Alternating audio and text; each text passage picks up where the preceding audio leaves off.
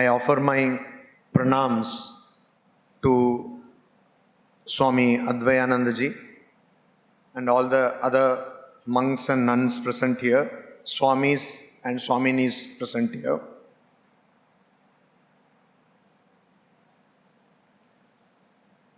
I thank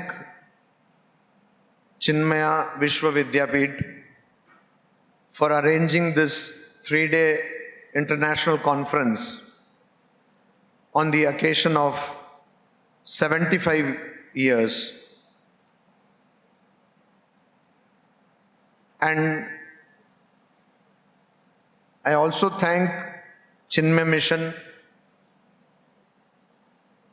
and Chinmaya International Foundation for doing this enormous work of publishing edited volumes in Sanskrita and also bringing accessible volumes on various Sanskrita texts.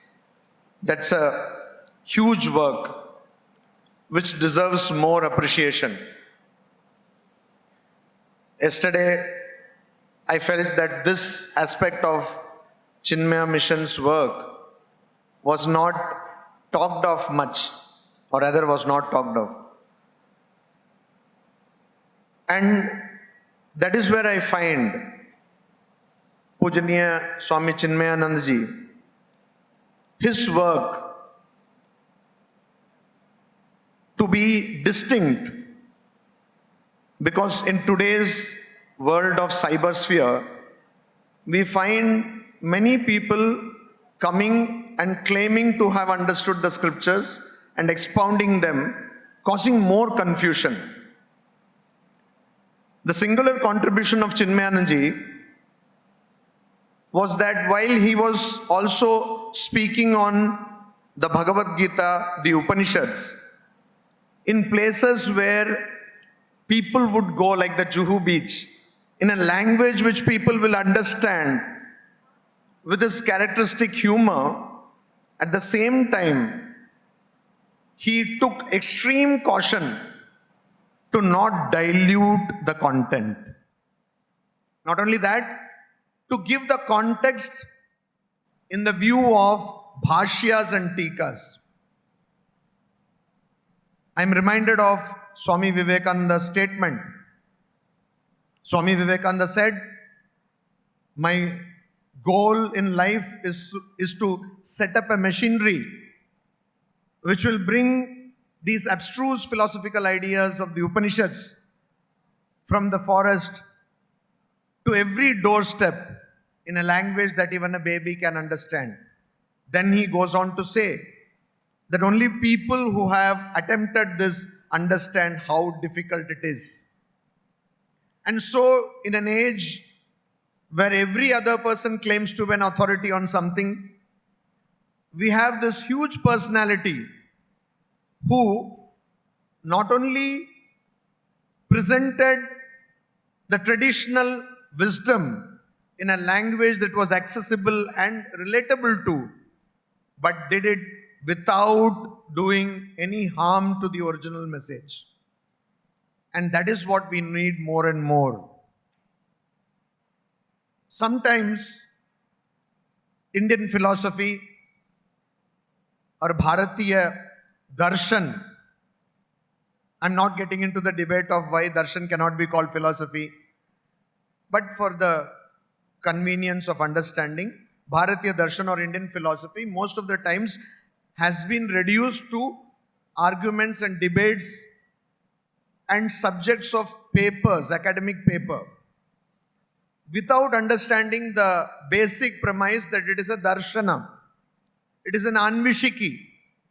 It is not a choice that one can study it theoretically and may or may not practice it practically. It is not a choice. There is no choice. It is a darshana, and it is of paramount importance that you practice it, that you do, much like science. In the West, philosophers say doing philosophy, but then we also call them armchair philosophers. But here there is no option In science, there is no option, though in most schools, practical is one subject where you get all marks and it helps you to score better. Adhyatma or Bharatiya Darshana does not give you a choice of practice. Practice is integral to it. And that we have to understand. So I would rather that people do not go into debates before trying to practice this. A person can talk about Advaita Vedanta only when that person, she or he, has tried to practice Advaita Vedanta even a little. With that premise, I thank once again Swami Advayanji, Swami Sharadanji for having invited me here. And I go back to Swami Vivekananda, who, after he returned from the West, from 1893 to 1896 to the end of 1896, he was in the West, he worked very hard. And at that time, as some people were mentioning yesterday, I think Christine was also mentioning, some more people were mentioning, when Swami Vivekananda went to the West, he did not have many people before him who had gone to the West. So he was treated as a curio, a museum piece. People would just come to meet a monk from India. Things changed much after Swami Vivekananda, and many people went after him, including Swami Chinmayananda. So when Swami Vivekananda returned from West, he went on a lecture tour from Colombo in Sri Lanka to Almora in present-day Uttarakhand. And then he repeated a statement. He said, every country, every nation has a character, has a swabhava. For some it is politics, for some it is philosophy. In the case of India, in the case of Bharat, it is adhyatmikata, it is spirituality. He says, even if it were possible that the path of Ganga were to be changed, it is impossible that the fact that spirituality or religion is the backbone of India can be changed. We have to understand this. Swami Vivekananda says that anything to be done in our country has to be done through the route of spirituality and religion. We should remember this. We are a apolitical organization. I'm from the Ramakrishna Mission. So there is no political overtone to what I say. But I'm just saying the fact that one of the big mistakes of our country after it achieved political freedom is that we forgot this message of Swami Vivekananda. We forgot that our backbone is spirituality. And we tried to find its essence somewhere else and see what has happened to our country. When countries which attain political freedom much later than us have progressed leaps and bounds, we have been very lagging. And I find the only reason for that is that we upheld models for the nation which should not have been the models of nations. We forgot to uphold models of nations who should have been upheld. Swami Vivekananda says again and again that this is a country of rishis. This is a country of rishis. And we are all Rishi Putra. So all of you should become rishis. And it is in that vast galaxy of teachers. In that galaxy, some people are in the forefront. And it is in the forefront of galaxy of teachers, this vast galaxy of teachers, that Swami Chinmayananda came. And we have to understand the background. The theme of the conference, spirituality, education and patriotism. I would like to say something about that first. One Sister Nivedita was asked, your guru, that is Swami Vivekananda. At that time, Swami Vivekananda was no more on this earth. He talks about confidence, he talks about patriotism, so many things. Then immediately Sister Nivedita replied, my master. She used to call Swami Vivekananda as my master or my king. He has not talked anything other than the Atman. Whenever he has talked only about the Atman. See the case of the Bhagavad Gita. In the Bhagavad Gita, in the second chapter, when Sri Krishna's words we hear for the first time, he's not saying to Arjuna, fight. He is saying that you are not this body. You are the Atman. And yesterday, many people quoted Swami Chinmayananda that it is a sin to not know yourself. What is a sin? There is only one sin. And what is that sin? That omnipresent, omnipotent Atman is considering itself to be a form which can be looked in the mirror. That is the greatest sin. And that is what Swami Chinmayananda never tired of repeating again and again. So, in our country, spirituality is education, spirituality is patriotism, and spirituality is spirituality, period. We do not have any concept of patriotism which is divorced from spirituality. We have to understand that. We do not have any concept of education which is divorced from spirituality. We have to understand that. And that is why when Swami Vivekananda says, what is education? Education is the manifestation of perfection already in man. So, here came Bhagavad Shankaracharya.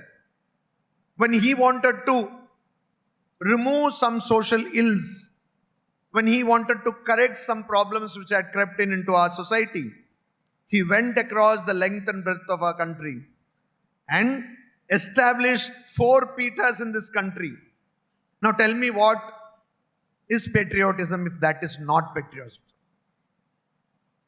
Then when Swami Vivekananda came on the scene, he went on many times on foot to all corners of this country and talked to people about spirituality. When Swami Chinmayananda came, he went to all the middle class people. You have to understand, there are so many things. Sri Ramakrishna, yesterday someone was telling that since 1836 to 1993, at least 20 great people have been produced. So 1836 was when Sri Ramakrishna was born in Kamarpukur, West Bengal. When he came on the scene, what did he do? He just practiced all the religious traditions of Hinduism and said that even in this day and age, it is as much applicable, as much potent as it was earlier. That is what we did. So, whenever there has to be a correction in our society, it has been done by talking to or evoking the all-potent Atman which is present in us. There has been no other route. Let it be Mahabharata, Sri Krishna talking to Arjuna. Let it be Sri Ramakrishna, Swami Vivekananda, or now Swami Chinmayananda. And we have to understand that spirituality and spirituality alone should be our goal. And when we say that, people would think, does that mean that we have to give up on all experiences?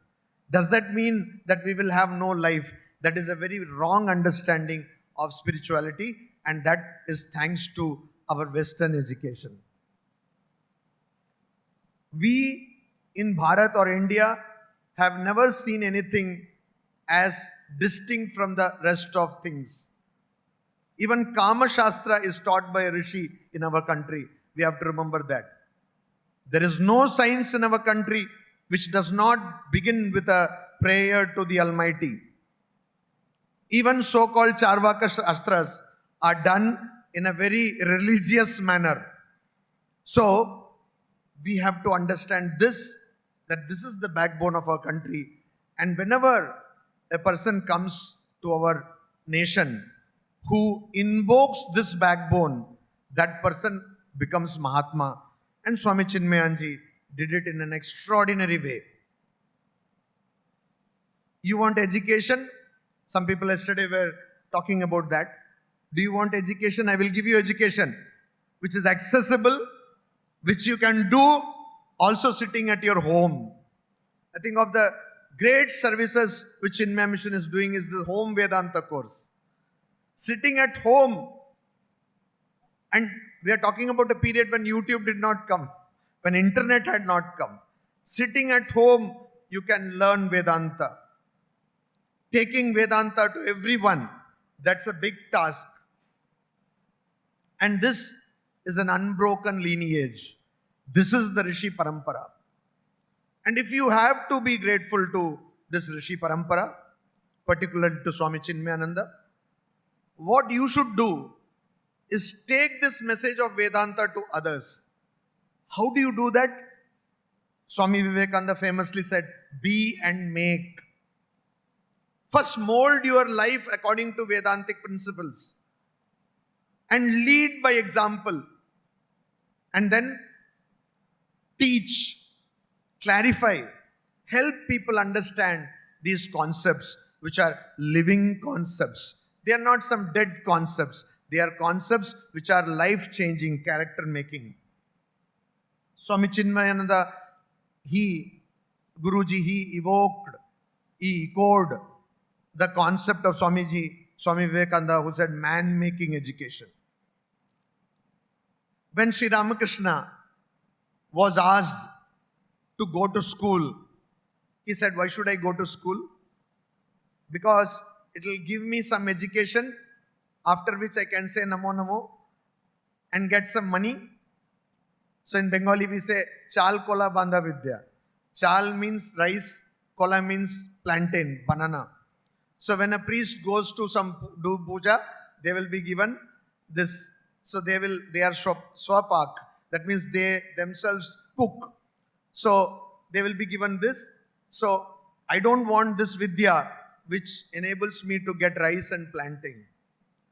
This utilitarian, yesterday somebody was saying about this, that today education has become something which is for niyukti, not vimuktaye, niyuktaye. So job oriented. Whenever somebody goes to an educational institution, they ask the first question is, 100% placement hai kya? So where are you placing yourself? You are placing yourself in the category of ahara, nidra, maituna. How can you call yourself to be a human being, manushya? You're not. You're no different from a pig. Ahara, nidra, maituna. And that is why Sri Ramakrishna said that each human being's goal is God realization. We have to understand that. And who can put it so in a easy manner, in a deceptively simple manner, than Swami Chinmayananda. And the beauty is now everything is available to us even today. Those who have not got the privilege of seeing him in person can meet. Of course, the effect will not be the same, definitely not, but can meet him in the video on internet. And how simply, how clearly these concepts are put. Yesterday, Swami Advayanji could not control his emotions. Because only when a person realizes what he has got and how great, how compassionate that Guru was to bring it to us in such a simple manner and almost put it on your mouth, then one can understand. So patriotism in the case of India has never been about the borders. It has never been about how much GDP we have. It has been always about what do you think of yourself to be. When somebody asks you, who are you? Do you think yourself to be this body and mind? If you think yourself to be the body and mind, you are definitely not patriotic. Nowadays, in the past few years, particularly in the state of Kerala and some other states, we are seeing a phenomenon of people going to the Vedas not for the knowledge portion of the Upanishads, but for rituals. Spending crores of money. As we speak, some such rituals are happening in this state. Crores of money. And doing some ritual. Afterwards, even that Yajna-shala has to be broken down. That is the mandate in the Vedas. This was exactly the case when Bhagavad Pada Shankaracharya was born. We have wrongly understood the Vedas. So, do I mean to say that the karmas in the Vedas should not be performed? Of course, they should be performed. But not at the cost of the Jnana Kanda. This we have to understand. There are endless arguments, endless papers, endless publications on Jnana Karma Samuchaya, whether it is correct or wrong. But Shankaracharya had the great heart to pour golden amlakis on an old woman who could not give him bhiksha. I have never seen, never come across, never read about any saint who lacked heart. Upanishad Jnana does not prevent you from doing karma, which is an extension, which is a manifestation of that heart you have. That heart which has been developed because of spiritual practice, spiritual realization. And so, Jnana Karma Samuchaya, there can be endless debates. But I understand that Jnana Karma Samuchaya is not necessary, is looked down upon when that karma is sakama karma. When that karma is something you do for your own self. But nishkama karma, karma which you do for others, and Swami Vivekananda says, I will crawl on all fours across the world to see a person who can do absolutely nishkama karma. It is that difficult. If you do that, that is not against the Upanishads. So today, it has become more important for us to tell our younger generation about Upanishads. Swami Vivekananda said, go back to the Upanishads. Pujya Guruji used to talk about the Gita all the time. As yesterday, it was beautifully put by Christine also. Very normal conversations also turned into interpretations of the Upanishads and Gita. And that is because that was lived wisdom. And we have this benefit of people like Swami Vivekananda, Swami Chinmayananda, who were European educated, who came from the problem of skepticism, who had themselves undergone a transformation. And so, as Swami Vivekananda would say, they knew every inch of the way. They knew where the shoe pinches. So this lineage which we are so fortunate to belong to, we will be able to take the full advantage of this lineage only when we transform our lives and of those who come in touch with us. Adi Shankaracharya was the first person in Hinduism to try to organize monasticism. We know through his work Mathamnaya Upanishad, he organized, codified 10 orders of monastics, Dashanama Sampradaya. Afterwards, Swami Vivekananda was the first person in Hinduism to create an organized monastery. Swami Chinmayananda was the first person, I can say without any doubt, in Hinduism who created the first organized monastery which can spread in a more dynamic manner. So the rigidity of monasticism was reduced to a great extent by Pujya Guruji. And that you see a link here. Organization. Swami Vivekananda says organization is a necessary evil. The motto of Ramakrishna Mission is Atmano Mokshartham Jagat Hitaya Cha. It is a mantra taken from the Rig Veda. When you talk only of Atmano Mokshartham, when it is only about your moksha, then there is no need for organization. All you need to organize is your own mind. But when Atmano Mokshartham is coupled with Jagat Hita, then there is a dire need for organization. And Swami Vivekananda, when he was the guest of a person called Mr. Lyon, spelled as Lyon, he said that I have found my love, that is American organization. So it is necessary for the Hindu traditions to come in synergy, to organize. And I think the more it is said, the less it is said, because we can never overemphasize the fact that we need to be organized. If there is any major religion in this world which is completely unorganized, completely non-synergetic, it is Hinduism. Everyone wants to do good work, but you are unable to tell that I want to do good work. First of all, many people are unable to tell that they are Hindus.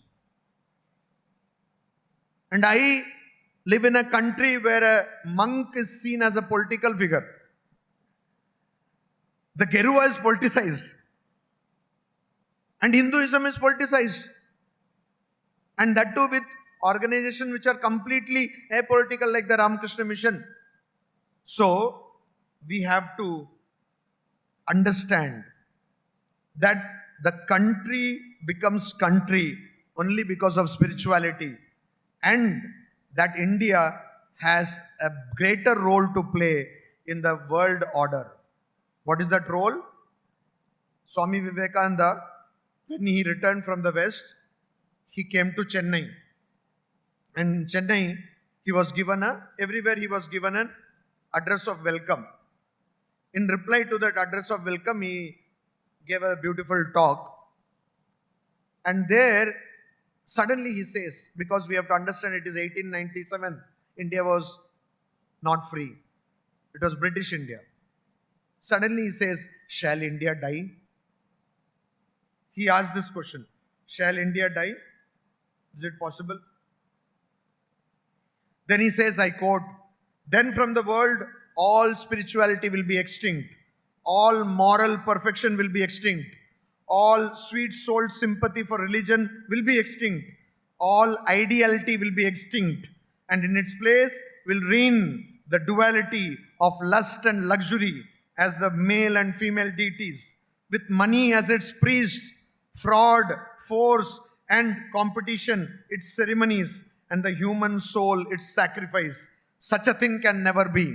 That means India can never die. India can never die. The power of suffering is infinitely greater than the power of doing. The power of love is infinitely greater, of greater potency than the power of hatred. Those that think that the present revival of Hinduism is only a manifestation of patriotic impulse are deluded. That was said in 1897. Today it is 2026. The last line I want to correct a little. Those that think that the present revival of Hinduism, that is present revival of Hinduism, is only a manifestation of, instead of patriotic, read political impulse, they are deluded. It is not politics what you are seeing. There is a greater order of things going on. And Swami Vivekananda foreseed that. And just like Pujya Guruji said, I want many Vivekanandas to make this work happen. Swami Vivekananda himself, when somebody was praising him, he said, what has this Vivekananda done in the future, hundreds of Vivekanandas will come. So, that is what we need to do. It is our duty, not out of some binding concept of duty, but because of love for our nation, love for our culture. We have all to turn into Vivekanandas and Chinmayanandas. When somebody hears this about their Guruji, it is almost blasphemous. But we have to all turn into ourselves these great rishis, these great leaders, and therein lies our great victory. Swami Vivekananda said, "Up India and conquer the world with your spirituality." And it has already done that. But do we own that is the question. This victory of the world with Indian spirituality is no victory if every Indian does not own it. And we have to own that. In 1897, Swami Vivekananda said, for the next 50 years, India should be your God. You should worship India. Exactly after 50 years, in 1947, we got political freedom. Please note that I am stressing political freedom. It's only political. But after 50 years again, something happened. Do you know what happened in 1997? Something across the world happened. Softwares were programmed in programming languages which allowed only 2 digits for years. And so, all banks across the world were in this predicament where in 2000, they will have to pay interest to the people who took loan, not the other way. Because it will become 00 and the computer will understand it to be 1900. So that was the year 2000 problem or Y2K problem. So all across the world, people started hunting cheap labor who have no self-confidence whatsoever, no self-pride, and will toil like anything on pennies. Where do you get such people? Of course, in India. See why Swami Vivekananda kept on saying, why Swami Chinmayanji kept on saying, to know yourself. Because if you don't know yourself, this is what happens. Anyway, people took us for a ride, literally, and every street had some IT company. And so we built a huge infrastructure, and the world started looking up to India as IT people. And afterwards, that dot-com bubble burst. So once the Y2K problem was over, we had to create problems to sustain this IT industry. And that is how we grew in the world stage. But that is not ended. Another 50-year cycle is coming. 2047 is coming. And then India will lead the world. And it will lead the world not politically. India has never led the world politically. It will lead the world with the self-confidence of every Indian, every Bharatiya, that I am not this body, I am not the apparent, I am that which is behind the apparent. I am Atman. So this message will once and for all solve the problems of religion, education and patriotism. And that is the message we need to have. That is what we need to teach ourselves. That is what we need to know. And after knowing this, as Sri Ramakrishna would say, Advaiter Gyan Anchale Bede, do whatever. That means, Anchal means the end of your cloth.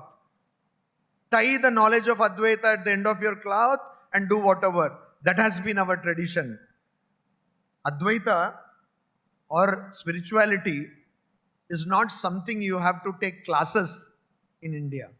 Everybody understands this. I don't know, for some decades now, we are reluctant to accept that we understand this. It is not that we don't understand. We are reluctant to accept. We are increasingly enumbering false identities. That is our problem. Not that we don't understand. In the 1980s, one Swami of Ramakrishna Mission, he was then the Vice President of Ramakrishna Mission. His name was Swami Bhuteshanandaji. He used to stay in a branch of Ramakrishna Mission in a place called Kankurgachi. And there, every morning he used to go on a walk. So one day he was going on a walk accompanied by two sevaks, and he saw a young boy of say 17, 18 years cycling and throwing newspapers. We see this sight every day. So he was throwing, so this is a huge street, so Swamiji can see from afar. So he was throwing one newspaper, it was falling in the balcony, another one in the veranda, without getting down from the cycle, and it was a perfect shot. So when this boy came near, Swamiji asked him, this Bhuteshanandji asked him, how do you do that? Immediately that boy said, Abhyasena tu kaunteya. Abhyasena tu kaunteya. I was telling somebody, I have seen in my childhood, people when they used to drink, they used to take one drop and put it like that. I actually asked someone, uncle, why are you doing that? He said, Arey Bhagavan ko diya. That is India. It can never change. The sooner we realize, the better for us, not for the nation. As Swami Vivekananda said, India will never die. India will never die. And God will bring more Vivekanandas, more Chinmayanandas, more and more people to keep this Sanatana going on. Here, Sanatana does not mean a ritual. It does not mean a religion. It means the very fact of existence in all its ramifications. So to keep Sanatana going on, more and more Gurujis will come. But do you own it is the question. Why does today's youth find more identification with South Korean web series and movies and music? Why does today's youth does not identify with our culture? And that is a soul-searching question we have to ask ourselves. And only then we will be strong. We will be strong not by quoting. When we talk about Upanishads, why do we need to quote Kant? I don't understand this. When we talk about our scriptures, why do we need to quote some other Wittgenstein? Why? This piggybanking on Western thought, which was only a few centuries old. It is only few centuries old. Why do we do that? Why do we do that? Why do we find it very bad to learn Samskrita, speak in Samskrita? I'm speaking in English because that is something which you will understand. I would have liked better to speak in a language like Hindi or Malayalam or Sanskrita, so that would be something. So here, again, we have to understand. Again, a massive work being done by Chinmayanji started that. Chinmaya mission is taking up in its logical course. Education of Samskrita. We need to talk in Samskrita. I will just point out one thing which many people don't understand. First thing is about the middle class, which I just touched. See, Sri Ramakrishna's focus group was middle class. And some people distorted that idea and said Bhadralok and all that. There's a huge school of literature for that. So-called Marxist. Swami Vivekananda's focus group was middle class. Guruji's focus group, Swami Chinmayanji's focus group, was middle class. Why? Because it is the middle class which controls India. You have to understand. You ask any market researcher, it is the middle class they are interested in. They are not interested in anybody else. So if India has to change in its mindset, middle class has to change. When I say middle class, I am meaning only the income category, nothing else. No other criteria. So this has to change. And that will happen only when we take spirituality, as Swami Ranganathanandaji used to say, from being static piety to dynamic spirituality. What is static piety? You go to a temple, put on some tilak, and you say some namo namo something, that is static piety. You imbibe these truths into your life and you practice that. That is dynamic spirituality. So we don't want static piety. We don't want, as Swami Vivekananda famously put, religion in our kitchen. Swami Vivekananda said, we have brought religion into our kitchen. Our God is the cooking pot, and we have made fanciful theories whether to hold a glass of water with the right hand or the left hand. That is not religion.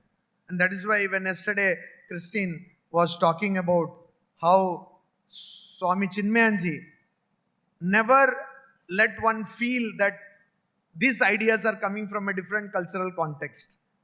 That culture was never a barrier. So let us not make culture a barrier.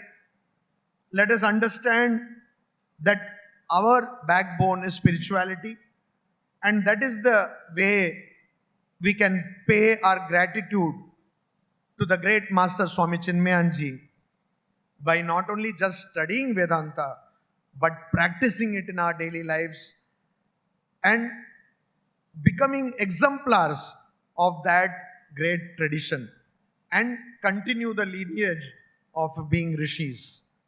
So rishis, most of our rishis were all grihasthas. Sannyasis are very less, almost not there.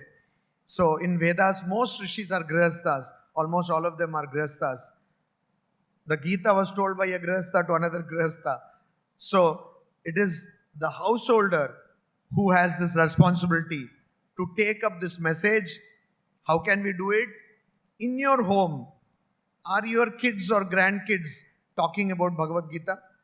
Are they learning Upanishad? In your neighborhood, are the kids learning Upanishad? And please pay attention when I say, let us not restrict it to any particular religion. Upanishad is a universal message, and you don't need to teach it only to the Hindus. Teach it to everybody. Whoever comes in your front, teach them Upanishad. Give them this message. And for that, Swami Chinmayananda has crafted a route for you.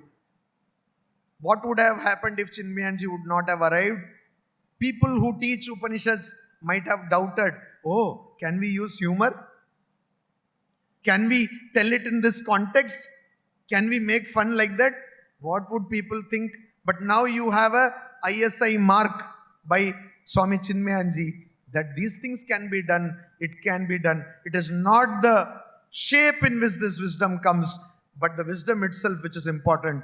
So I pray to you, I request all of you to ensure that your family talks about Upanishads, talks about Gita, thinks about Gita, practices it, and your neighborhood does it, no matter if it is in Australia or in the United States or in India, Kerala, West Bengal, wherever you are. And I once again thank Swami Advayanandaji, Swami Sharadaranji, the entire Chinmaya International Foundation, Chinmaya Vishwa Vidyapeeth team, Gauriji, all of you who have worked so hard, who keep on working hard to do wonderful work and to have organized this spirituality, education and patriotism conference. And let us see that such endeavors happen all across the country. So with all this, again certain questions remain. I will give one question to you. Yesterday there was a paper on manuscripts. And Mahadevanji was the moderator. And at that time I wanted to tell, in India, he said there are at least 6 million manuscripts. There are more than that. In Indian government establishments, there are more than 1 million manuscripts.